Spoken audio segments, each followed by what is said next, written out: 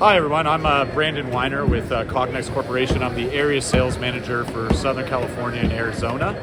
We're here today at PAC Expo showing off a lot of our new products. A little bit of background on Cognex. We are the world leader in machine vision.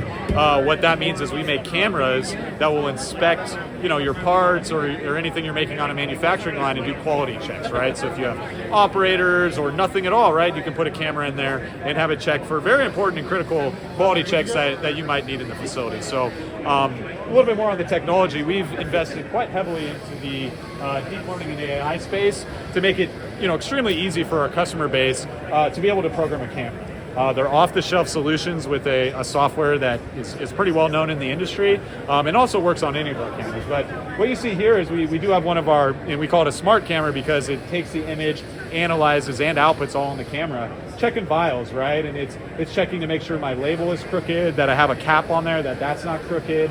And it's also using our multicolored torch there to use different colors of lighting to get different results in the image. But the power that we are showing off here is our AI technology to just be able to show examples of good and bad to the camera. And it's going to be able to learn from that after enough images and then give you the same results. So all we did here, again, was show some good labels, some bad labels, some good caps, some bad caps.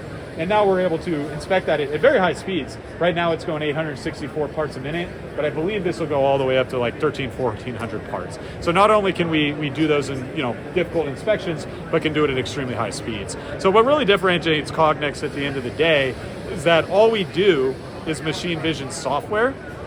So that allows us to be ahead of our competitors, right? We've had AI, it's a buzzword now, we've been doing it since 2016, right? So it's something that it's not new to us, and we've been doing visions for 40 years, and all that knowledge and technology has been placed into our newer cameras and allowed us to solve apps we could have never solved before, and many of our competitors still cannot solve.